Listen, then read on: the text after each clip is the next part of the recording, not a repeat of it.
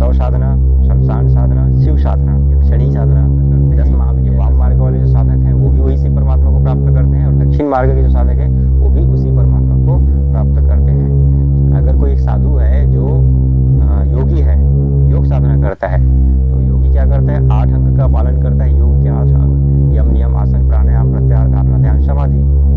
तो इस प्रकार 8 अंग को पालन करके वो अपने मन के ऊपर संयम करता है। मन को संयम करके शरीर को स्थिर करता है, मन को स्थिर करता है, और अंत में समाधि को प्राप्त होता है। मनुष्य जन्म अति दुर्लभ है। संभवतः यह कई योनियों को भोग कर, कई सुखों दुखों को भोग कर प्राप्त हुआ है। और प्राप्त क्यों हुआ है? उस परम चेतना तक पहुंचने के लिए, परम परमात्मा तक पहुंचने के लिए। क्योंकि एक बार जब परमात्मा को व्यक्ति पा लेता है तो उसे फिर यह दुख सुख को भोगने की आवश्यकता नहीं है। आवश्यकता क्या है? यह तो पूरी तरह से लोप हो जाता है। अब उसको दोबारा जन्म लेना नहीं पड़ता है, दोबारा मरना ही नहीं पड़ता है। अब परमानंद में जीने लगता है। तो अध्यात्म में इस परमानंद तक पहुंचने के लिए 2 मार्ग बताए गए हैं। एक वाम मार्ग है और एक दक्षिण मार्ग। जय सच्चिदानंद।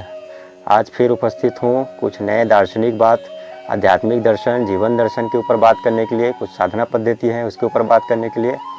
तो आज हम बात करेंगे वाम मार्ग और दक्षिण मार्ग के विषय पर। ये दोनों अध्यात्म के मार्ग हैं। परमात्मा प्राप्त करने के लिए दोनों मार्ग हैं, एक वाम मार्ग है और एक दक्षिण मार्ग है। दोनों मार्ग की अपनी अपनी अलग अलग साधना पद्धति है, अपने अपने अलग अलग अनुभव हैं और दृष्टिकोण हैं, लेकिन दोनों का उद्देश्य एक ही है, उस परमात्मा तक पहुंचना। साधु संत जो तपस्या करते हैं भगवान को पाने के लिए, जो भगवान को, जिस परमात्मा को प्राप्त करते हैं, ये वाम मार्ग वाले जो साधक हैं वो भी वही सी परमात्मा को प्राप्त करते हैं, और दक्षिण मार्ग के जो साधक हैं वो भी उसी परमात्मा को प्राप्त करते हैं। तो चलिए प्रारंभ करते हैं कि इसके अंदर में क्या है, कौन कौन से तथ्य है, क्या इनके दर्शन हैं। तो पहले दक्षिण मार्ग को समझते हैं। ये दक्षिण मार्ग क्या है?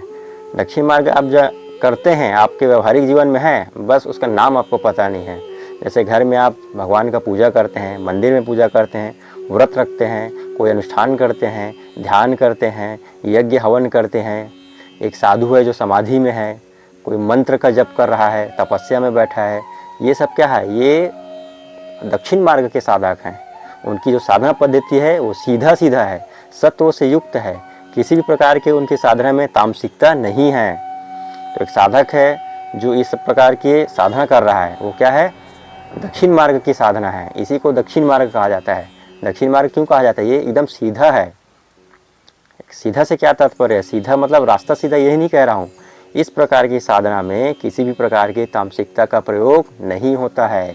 इसमें संयम साधने की आवश्यकता होता है। संयम समझ पा रहे हैं ना आप? इसमें धर्म का पालन करना पड़ता है, इसमें नैतिकता का पालन करना पड़ता है।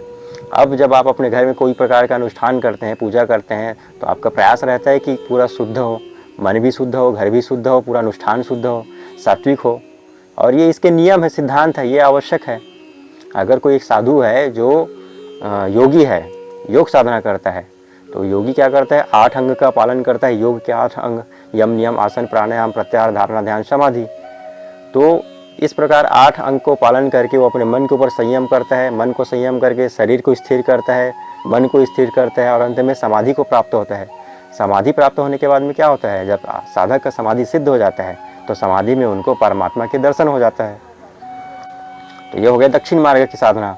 वहीं कोई साधु, जैसे आप फिल्मों में देखते हैं, पहले फिल्मों वगैरह में दिखाया जाता था, कोई ऐसे धार्मिक फिल्म है तो उसमें कोई साधु तपस्या कर रहा है, तो तपस्या करता है तो मन में मंत्र का उच्चारण करता है। कोई बीज मंत्र है या कोई मंत्र जो उनके गुरु ने दिए हैं, तो वो सात्विकता से युक्त है।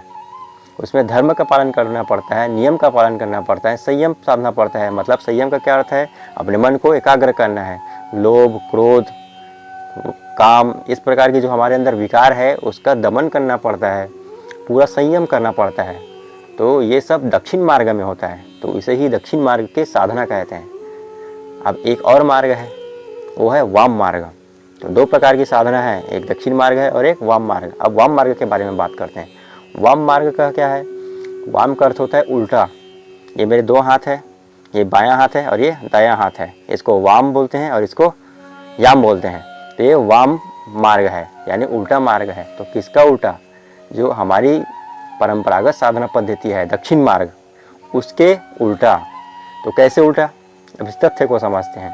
आप जो साधना कर रहे हैं दक्षिण मार्ग में, आप मंदिर जाते हैं, घर में व्रत रखते हैं, ये हमने शुरू में बात किया। तो आप जो ये साधना करते हैं ना, उसमें सात्विकता का पालन करना पड़ता है, ये मैंने प्रारंभ में बताया था। लेकिन ये जो वाम मार्ग की साधना है, इसमें सात्विकता का पालन करना ऐसा आवश्यक नहीं है। क्यों आवश्यक नहीं है, थोड़ा सा समझते हैं।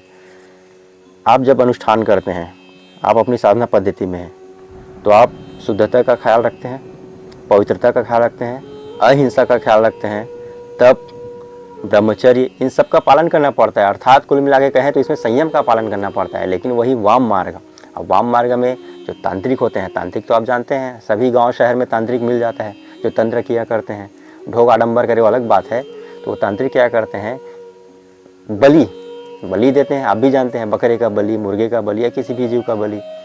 तो बलि देना क्या होता है, जीव का हिंसा हुआ ना। लेकिन वहीं आप दक्षिण मार्ग में देखें तो आपको अहिंसा का पालन करना पड़ता है। लेकिन वाम मार्ग में जो बलि दे रहा है तांत्रिक, तो वो क्या कर रहा है, हिंसा ही तो कर रहा है ना। तो इसमें वाम मार्ग है, ये उल्टा मार्ग है, इसलिए इसमें किसी प्रकार के धर्म का, नैतिकता का, संयम का पालन नहीं करना होता। इसलिए क्या है, इसलिए वाम मार्ग है। अब देखिए, मैं थोड़ा सा इसको खुलकर बताने का प्रयास करता हूँ। गांव और शहर में तो तांत्रिक होते हैं, छोटे मोटे तांत्रिक, वो कितना ओरिजिनल हैं, कितना नहीं है, ढोंग कर रहे हैं, आडंबर कर रहे हैं, वो अलग बात है। तो जब कोई व्यक्ति उसके पास जाता है कि मुझे इस प्रकार का कष्ट है, तो व्यक्ति को क्या बताया जाता है तांत्रिक के द्वारा कि आपको ये एक प्रकार की विधि करना है और इसमें बलि का प्रयोग करना है। तो हमको एक मुर्गे की आवश्यकता है या बकरी की आवश्यकता है या जो भी जीव का आवश्यकता है, तो उसका बलि दिया जाता है चौराहे में रात के 12 बजे 2 बजे। तो इस प्रकार से आप सुने होंगे। तो ये क्या है, ये तांत्रिक क्रिया है, इसे ही वाम मार्ग कहते हैं। अब जो हमारे बड़े बड़े साधक हैं वाम मार्ग के, जैसे कपाली, नागा साधु, भैरव, ये सब ऊंचे लेवल के साधु होते हैं। तो इनका क्या उद्देश्य है, इनका भी उद्देश्य वही है जो दक्षिण मार्ग के हैं। दक्षिण मार्ग का क्या उद्देश्य है, परमात्मा को पाना। दक्षिण मार्ग का भी उद्देश्य क्या है, परमात्मा को पाना। लेकिन वही वाम मार्ग का क्या उद्देश्य है, वाम मार्ग का भी उद्देश्य परमात्मा को ही पाना है।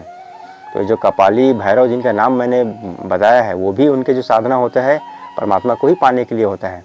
तो वो क्या क्या साधना करते हैं, एक दो नाम ऐसे उदाहरण के लिए मैं बता देता हूँ। शव साधना, शमशान साधना, शिव साधना। तो शव साधना, शमशान साधना किस लिए किया जाता है, इस प्रकार के साधना को करके वो विशेष प्रकार की सिद्धि प्राप्त करते हैं। दक्षिण मार्ग में भी सिद्धि प्राप्त किया जाता है। तो दक्षिण मार्ग में कैसे है, जैसे कोई योगी है, योग मार्ग में चल रहा है, तो यम, नियम, आसन, प्राणायाम, प्रत्याहार, धारणा, ध्यान, समाधि, 8 अंगों का पालन करना पड़ता है। तो 8 अंगों का पालन करते करते उसे सिद्धि भी प्राप्त होता है और साथ में आखिर में परमात्मा भी प्राप्त होता है। 8 प्रकार की सिद्धियों का वर्णन है, अरिमा, गरिमा, लघिमा, प्राप्ति, प्राकप्य, ईश्वरत्व, वसित्व, ये 8 प्रकार की सिद्धि है। 9 प्रकार की निधि होता है ना। तो ये दक्षिण मार्ग में भी सिद्धि की प्राप्ति होता है और वाम मार्ग में भी सिद्धि की प्राप्ति होता है। तो शव साधना, शमशान साधना जो करते हैं, शव साधना, शमशान साधना में क्या करते हैं, यक्षणी साधना, 10 महाविद्या का साधना, इस प्रकार की साधनाएं करके उनको जो मनोकामना होता है या कोई सिद्धि होता है, कोई विशेष उद्देश्य को पूरा न कराना होता है, इस प्रकार के वाम मार्ग का प्रयोग करके वो ऐसी शक्तियाँ प्राप्त करते हैं। अब इसमें एक और है षटकर्म।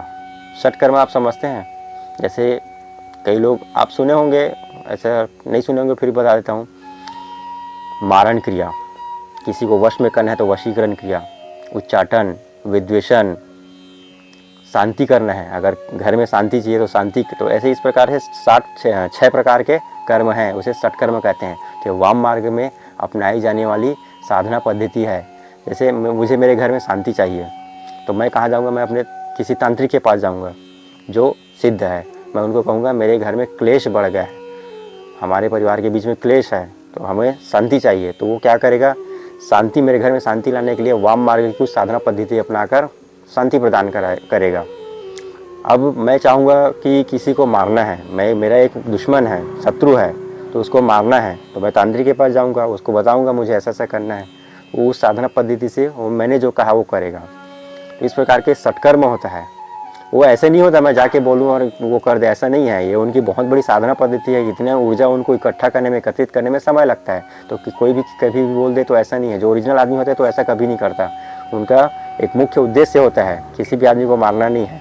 तो ये सब वाम मार्ग की साधना पद्धति होता है। यक्षणी साधना, 10 महाविद्या का साधना, कोई विशेष उद्देश्य, तो इस प्रकार की सिद्धि प्राप्त करने के लिए ये वाम मार्ग की साधना होता है। अब वाम मार्ग में आपने दक्षिण मार्ग के बारे में तो जान लिया, वाम मार्ग के बारे में भी हम जान चुके हैं। वाम मार्ग के साधक कौन है, नाम जानते हैं आप जितने भी कथावाचक के नाम सुने हैं, देवकी नंदन जी है, अनिरुद्धाचार्य जी महाराज है, प्रेमानंद जी महाराज, ये सब कौन है, सब दक्षिण मार्ग के साधक हैं। कौन है, दक्षिण मार्ग के साधक हैं। जितने भी ऋषि मुनि हुए हैं ये सब कौन हैं, ये सब दक्षिण मार्ग के साधक हैं, सब सात्विक प्रवृत्ति से अपना साधना कर रहे हैं। अब वाम मार्ग के साधक आप किसी का नाम जानते हैं? वाम मार्ग के साधक नारायण दत्त श्रीमाली जी का नाम सुने हैं आप? बहुत बड़े तंत्र विशेषज्ञ थे, तंत्र साधक थे नारायण दत्त श्रीमाली जी। हाँ, गुरु गोरखनाथ का नाम सुने हैं आप? मशेंद्रनाथ का नाम सुने हैं? चौरंगीनाथ का नाम सुने हैं? ये सब तंत्र के ज्ञाता थे, तंत्र के साधक थे। रामकृष्ण जी परमहंस के नाम सुने हैं? शाक्त संप्रदाय से आते थे, माता शक्ति के बहुत बड़े उपासक थे, तो वो भी वाम मार्ग के साधक हैं। तो इस प्रकार से वाम मार्ग के साधक हो गए। हाँ, अब जो दक्षिण मार्ग है, अब दक्षिण मार्ग में जैसे मुझे चलना है तो इसकी शिक्षा मुझे कहाँ से मिलेगा, वो तो गुरु ही बताएंगे।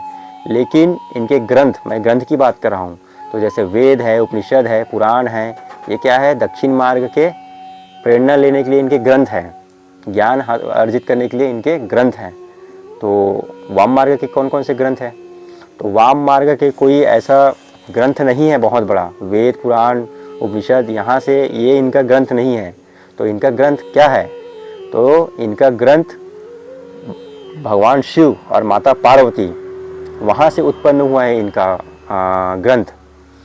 जैसे तंत्र के जनक किसको कहा जाता है? तंत्र के जनक भगवान शिव को कहा जाता है। तो तंत्र की उत्पत्ति कैसे हुई? भगवान शिव ने तंत्र शास्त्र के बारे में माता पार्वती को बताया। जैसे विज्ञान भैरव के नाम सुने आप? विज्ञान भैरव तंत्र, विज्ञान भैरव तंत्र में 112 प्रकार के ध्यान की विधियों का वर्णन है। क्या है? 112 प्रकार के ध्यान की विधियों का वर्णन है। जग्गी वासुदेव का नाम जानते हैं ना आप? हाँ, जो जग्गी वासुदेव ने एक ध्यान लिंग का निर्माण किए हैं अपने आश्रम में।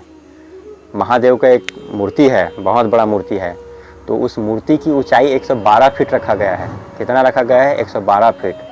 इसका कारण है कि भगवान महादेव ने ध्यान के 112 तरीके बताए हैं। क्या बताए हैं? ध्यान के 112 विधि हैं। एक नहीं, दो नहीं, तीन नहीं, 10 नहीं, 20 नहीं, 112 विधि है। 112 विधि से होकर व्यक्ति परमात्मा तक पहुंच सकता है। कोई एक विधि नहीं है जिससे परमात्मा तक पहुंचा जा सकता है। तो भगवान शिव ने 112 ध्यान की विधि बताए हैं, जिससे करके करना सभी को नहीं है, करना तो एक है, लेकिन विधि अलग अलग है। तो इसलिए जग्गी वासुदेव जी महाराज जो हैं 112 फीट ऊंचे शिव महादेव के जो प्रतिमा है उनका निर्माण करवाया है। तो तंत्र शास्त्र के जनक, वाम मार्ग के जनक भगवान शिव को माना जाता है। उन्होंने ही सबसे पहले माता पार्वती को तंत्र के बारे में बताया और माता पार्वती ने बाकी ऋषियों को बताया। ऋषियों ने फिर ऐसा कर करके आज लोक में प्रचलित है। तो आज वाम मार्ग और दक्षिण मार्ग के बारे में हमने जाना। अगर आपके मन में किसी प्रकार का कोई विषय है, शंका है, तो आप वीडियो के नीचे कमेंट बॉक्स में अपना विचार रखें, कोई प्रश्न रखें। इस प्रकार के और जानकारी कोई और रहस्यमय विद्या के बारे में जानेंगे अगले वीडियो में। तब तक के लिए जय सच्चिदानंद।